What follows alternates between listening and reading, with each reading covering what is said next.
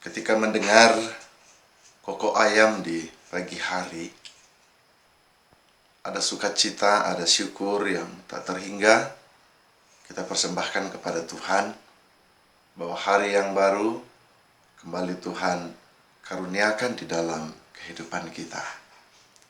Selamat pagi, selamat bertemu Bapak Ibu Saudara di dalam renungan yang kita lakukan untuk menghayati dan menjadikan firman Tuhan sebagai bagian dari kehidupan kita. Sebelum kita mulai membaca firman Tuhan pada hari ini, mari terlebih dahulu kita satu dalam doa. Kita berdoa. Kami mengucap syukur kepadamu ya Allah Bapa di sorga, untuk kasih setia dan penyertaan-Mu yang senantiasa kami alami di sepanjang kehidupan kami. Malam hari, Engkau menjaga melindungi kami, sehingga pada pagi ini, dengan kekuatan dan kesehatan yang lebih baik, kami boleh bangun dari peristirahatan kami. Semua itu karena Tuhan. Dan karena itu Bapa, dalam akan mengawali aktivitas kami hari ini, kami hendak membaca, mendengar, dan merenungkan firman-Mu. Mampukanlah kami agar boleh menghayatinya dan memedomaninya di dalam langkah hidup kami di dunia ini, khususnya pada hari ini. Ini pengharapan kami, permohonan kami. Dalam nama Tuhan Yesus kami berdoa. Amin. Firman Tuhan yang akan kita baca dan renungkan pada hari ini, saya persiapkan dari kitab Injil Lukas pasal 4 ayat 1 sampai ayat yang ke-13. Injil Lukas pasal 4 ayat 1 sampai 13. Saudara-saudara, silahkan membaca mulai dari ayat 1. Saya akan langsung membaca pada ayat yang ke-12 dan 13. Demikian bunyinya. Yesus menjawabnya, katanya, "Ada firman, jangan engkau mencobai Tuhan Allahmu." Sesudah iblis mengakhiri semua pencobaan itu, ia mundur daripadanya dan menunggu waktu yang baik. Saudara-saudara, keseluruhan nats pembacaan kita pada hari ini yaitu kisah tentang ketika Yesus dicobai oleh iblis. 3 kali ia dicobai dan ia selalu memenangkan pencobaan itu. Ia dapat mengalahkan iblis, mengenyahkannya dari kehidupannya. Berbagai hal yang dialami dalam pencobaan ini, dan yang mau menunjukkan bahwa tidak ada yang dapat mengalahkan kekuatan atau kuasa Allah di dalam kehidupan kita. Pencobaan yang pertama yang dialami oleh Yesus adalah ketika ia merasa lapar. Iblis datang mencobai. "Jika engkau anak Allah, suruhlah batu ini menjadi roti." Batu menjadi roti. Mengapa? Karena Yesus memang punya kuasa. Dia adalah Allah. Sehingga jikalau ia berkehendak, maka segala apa yang dikatakannya bisa terjadi, termasuk merubah batu menjadi roti. Tetapi Yesus menjawab, Bapak Ibu Saudara, manusia hidup bukan dari roti saja. Karena itu kita harus hati-hati. Dari pencobaan yang pertama ini, kita diberi sinyal, diberi pesan oleh Allah, bahwa yang paling sering kali kita mengalami pencobaan adalah persoalan perut atau kebutuhan ekonomi. Kita kadang tidak lagi memikirkan cara yang benar, tindakan yang tepat, ketika kita atau pikiran kita hanya tertuju pada uang. maka terjadilah korupsi, maka terjadilah penipuan, maka terjadilah perampokan, terjadilah pencurian, dan lain sebagainya. Kenapa? Karena perut. Tindakan-tindakan yang tidak semestinya dilakukan. Lalu kemudian, karena persoalan perut juga, banyak orang yang sombong, banyak orang yang tidak mengasihi, banyak orang yang hanya memikirkan dirinya sendiri.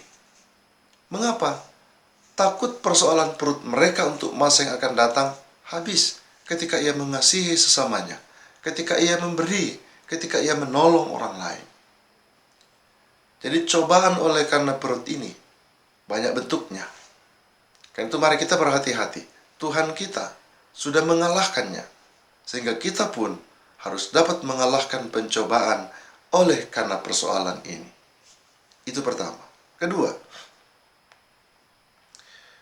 iblis memperlihatkan semua kerajaan atau bangsa-bangsa di dunia. Dan dia berkata, semuanya itu akan kuberikan kepadamu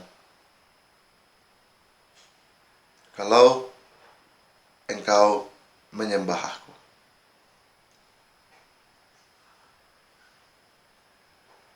Semuanya itu akan kuberikan kepadamu kalau engkau menyembah aku.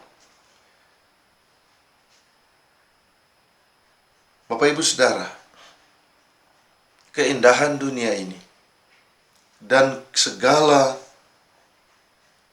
kemewahan, kemegahan yang ditawarkannya seringkali membutakan mata anak-anak Tuhan. Sehingga mereka lebih memilih menyembah iblis ketimbang menyembah Tuhan, demi dapat memiliki segala keindahan, kemewahan, dan kemegahan dunia ini. Tidak sedikit orang yang menempuh jalan yang tidak semestinya dengan melakukan tindakan-tindakan penyembahan kepada iblis untuk mendapatkan kekayaan, untuk mendapatkan kemewahan, kemegahan, dan lain sebagainya. Tuhan Allah, Yesus, dicobai juga dengan menggunakan kekuatan yang kedua ini, yaitu keindahan dunia. Tapi Yesus menjawab ketika ia dicobai oleh iblis ini. Ada tertulis, engkau harus menyembah Tuhan Allahmu dan hanya kepada Dia sajalah engkau berbakti. Ini Bapak Ibu Saudara mau menyampaikan kepada kita bahwa hal ini juga menjadi biang keladi pencobaan bagi kita manusia. Selain persoalan perut, kekuasaan seringkali menjadi soal yang kadang membuat kita buta, telinga kita tuli, mata kita tidak melihat apa yang baik, apa yang benar, serta melakukan seperti yang dikehendaki oleh Tuhan. Kenapa? Karena kita menginginkan kekuasaan, menginginkan keindahan, menginginkan kenikmatan dunia ini dengan cara yang tidak benar. Akan hal ini, firman mengingatkan kita. Hanya Tuhan yang patut dan layak disembah.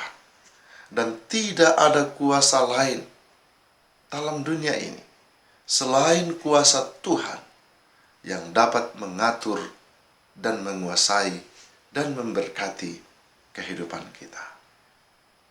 Hal ini atau pencobaan ini juga dimenangkan oleh Yesus.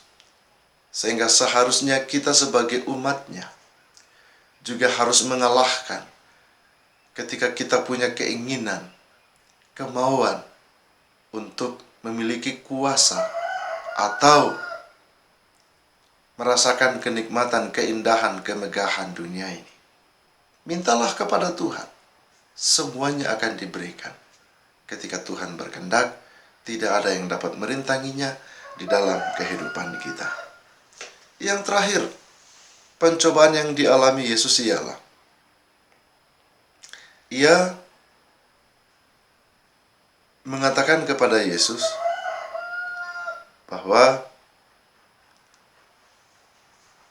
kemuliaan, kekayaan, kekuasaan, dan semuanya itu akan Ia berikan. Lagi-lagi dengan cara yang tidak benar.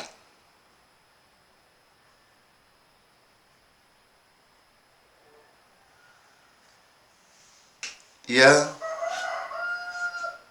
meminta Yesus untuk menjatuhkan dirinya dari atas hubungan bait Allah ke bawah. Karena iblis mengatakan Allah pasti akan mengutus malaikat-malaikatnya untuk menjaga engkau, menatang engkau, menadah engkau supaya engkau tidak jatuh. Pamer, memamerkan kekuasaan, melakukan tindakan-tindakan yang hanya untuk kepuasan dan kenikmatan diri sendiri. Bapak Ibu Saudara, ini juga seringkali menjadi momok yang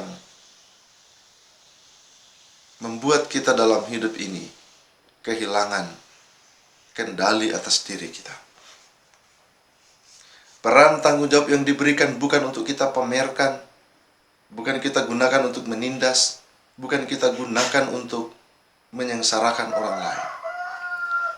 Tetapi kuasa dan tanggung jawab yang diberikan kepada kita oleh Allah itu untuk dipergunakan dengan sebaik-baiknya, mewujudkan damai sejahtera Tuhan di dalam kehidupan kita. Karena itu, jika saudara-saudara diberi kepercayaan oleh Allah untuk menjadi pelayan umat, apapun itu bentuknya, pegawai, pejabat, pengusaha, dan apapun itu tanggung jawab yang Tuhan beri, lakukan dengan sebaik-baiknya, wujudkan dalam hidup kita. Karena dengan demikian, kita menyembah Tuhan dengan benar. Kita memuliakan Tuhan dan melayani Tuhan dalam hidup kita. Dan jangan khawatir, segala yang kita lakukan, yang kita perbuat, akan dibalas Tuhan dengan berkat-Nya di dalam kehidupan kita. Tuhan Yesus mengalahkan ketiga pencobaan ini, sehingga seharusnya pun kita sebagai umat-Nya mampu mengalahkan bentuk-bentuk dari tiga simbol pencobaan yang sering kita alami sampai pada saat ini. Dan ketika kita melalui 1, 2, 3, 4, 5, 6, dan seterusnya, pencobaan-pencobaan yang kita hadapi, hati-hati. Imanmu jangan sombong. Mengapa? Saya memilih 2 ayat terakhir tadi untuk saya baca. Karena ada 2 pesan yang hendak disampaikan kepada kita. Pertama, jangan mencobai Tuhan Allahmu dengan tindakan-tindakan, perbuatan-perbuatan yang mengatasnamakan Tuhan, tetapi sesungguhnya kita sedang tidak memuliakan Tuhan, tetapi hendak memperlihatkan, mempertonton kemampuan yang mungkin ada pada kita seperti yang Tuhan beri. Tapi ingat, itu bukan untuk kemuliaan kita seharusnya, tapi untuk Tuhan. Dan yang kedua, ketika kita mempunyai kekuatan, kemampuan mengalahkan pencobaan hari ini, hati-hati. Iblis selalu mengintai dan menunggu waktu yang tepat di mana ia bisa masuk dalam kehidupan kita, memporak-porandakan kehidupan kita. Karena itu, tetaplah mawas diri, percaya dan berserah kepada Tuhan di sepanjang kehidupan kita. Mari berdoa. Tuhan, terima kasih untuk firman-Mu yang boleh kami baca dan renungkan hari ini. Mampukan kami untuk mewujudkannya, amat terlebih dalam menghadapi pencobaan, godaan, pergumulan yang kami hadapi setiap saat, setiap waktu. Kami percaya dengan mengandalkan Tuhan, semuanya boleh kami hadapi. Tuhan, berkati mereka yang menyaksikan perenungan ini hari ini, dalam kehidupan mereka sehari-hari, dalam aktivitas mereka, Engkau menjaga, melindungi, memampukan mereka untuk menjalani hari ini dengan baik dan mendapatkan segala yang terbaik dari Tuhan. Berkati jika ada yang sedang dalam kelemahan tubuh, jika ada yang sedang dalam pergumulan oleh karena beban duka cita, atau oleh karena persoalan pergumulan kehidupan, kami percaya dengan Tuhan beserta mereka, segala yang terbaik mereka boleh alami dan mereka boleh rasakan. Termasuk juga kondisi yang kami masih terus gumuli sampai pada saat ini. Kami berdoa kepadamu Tuhan, jaga dan lindungi kami. Pakai pemerintah kami, tenaga medis bahkan para relawan, agar mereka boleh bekerja, memberikan yang terbaik bagi kami, sehingga di dalamnya kami dengan penuh sukacita senantiasa memuliakan Engkau. Kami berserah diri kepadamu Tuhan dalam kehidupan kami sepanjang hari ini, karena kami percaya Tuhan selalu menyertai dan mengurniakan segala yang terbaik. Ini pengharapan kami, permohonan kami. Dalam nama Tuhan Yesus kami berdoa. Amin.